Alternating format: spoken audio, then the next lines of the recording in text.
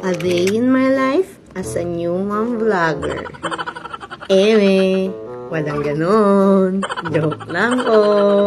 Dahil panibagong araw at pagsubok na naman ang ating haharapin. Pagkatapos ng mga sunod-sunod na bagyo, kapag nga naman sinusubo ka ng panahon, mawawalan ka pa ng kuryente. Sino ba namang makakatapos ng gawain ganito pagka ganito ang eksena? Yung sasabayan ka ng walang kuryente sa init ng panahon. Tapos ang siste ay kasagsagan ng kailangan mo ng internet connection. Aray ko! Pero dahil lagi tayong handa, hindi maaabala ang tulog niyan. Dahil advance nga tayo mag-isip, nakabili rin tayo ng rechargeable fan with power bank. Tapos ang kanaganda pa nito, nagkaroon pa ako ng content dahil sa brownout na to.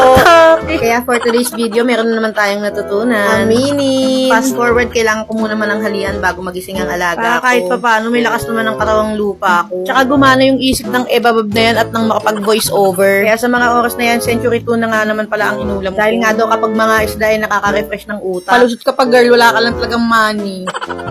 Pero shoutouts bago kong kapitbahay na nagbigay ng ulam sa akin. Kaya hindi na talaga ako nakapagluto dahil sobra-sobra. Dahil nga walang kuryente, ang init din kapag ka nagluto ka pa. Kaya ang eksena ay for the lamon muna ang person. Fast forward, tapos na tayong kumain kaya nagbawas-bawas muna ako ng Hindi kanan. naman talaga ako nakakapag-isip na maayos kapag to makalat tong bahay. Pero bala ko talaga dyan kung hindi nawala ng kuryente, magpe-prepared na ako para makapag-live selling na Yun na talaga yung bala ko at aayusin ko na yung kung ano yung bibenta ko. Hindi kaya makapag-picture ng mga pre-love para makapag-post sa online. Hindi kasi yung isa sa mga source of income ko, nagpo-post talaga ako. Pero prepared ko yung door-to-door na mag-pick up para hindi hassle sa akin kahit nandito lang ako sa bahay kumikita. Dati ko bang ginagawa yun, pinopost ko yun talaga sa marketplace. Thank you na lang talagang namang meron namang bumibili. Dahil kapag sa akin talaga kayo bumili, makikita niyo naman talagang good quality. Dahil talaga naman yung mga binibenta ko ay use but not abuse. At kasabay ng pagising ng batang to, kasabay ng pagbukas ng ilaw. Kaya dahil God, automatic na kapag walang kuryente kami dito, wala rin kaming tubig. Kaya sa mga oras na to, nag-ipon muna ako para may pampaligo. Kaya wala tayo magagawa kundi pagsabay-sabayin na yan. Dahil kapag nanay ka na, kailangan may multitasking. Kaya habang nagpupuno ako ng tubig, pinapakain ko na yan dahil marami pa akong gagawin kagaya na mag-edit. Wala ka naman ding aasahan dyan, kaya ikaw rin naman ang gagawa niyan. Pero yan din ang maganda sa mga nakabukod. Dahil dyan kayo magpo-progress. Dyan yung masusubukan ng mga katatagan ninyo sa isa't isa. At the same time, kahit iwan mo yung gawain mo, babalikan mo lang yan, walang mangingilam sa'yo. Pero sa totoo lang, ito yung pinangarap ko, yung nakabukod. Na kahit maliit lang yung inuupahan may sarili kayong desisyon. Kaya sa ganung kalagayan, nagkakaroon kayong dalawa ng peace of mind. Yan yung masusubok kung ano yung mga responsibilidad nyo sa buhay. Pero sa totoo lang, pangarap ko magkaroon ng sariling bahay. Pero ngayon, mga pangarap ko pa rin siya. Pero pera biro, mas magaan sa buhay pag nakabukod kayo. Upahan man yan or sariling bahay, mas nakakapag-focus kayo sa buhay. Ay siya, ang dami na namang ebas ng mama mo, Jem.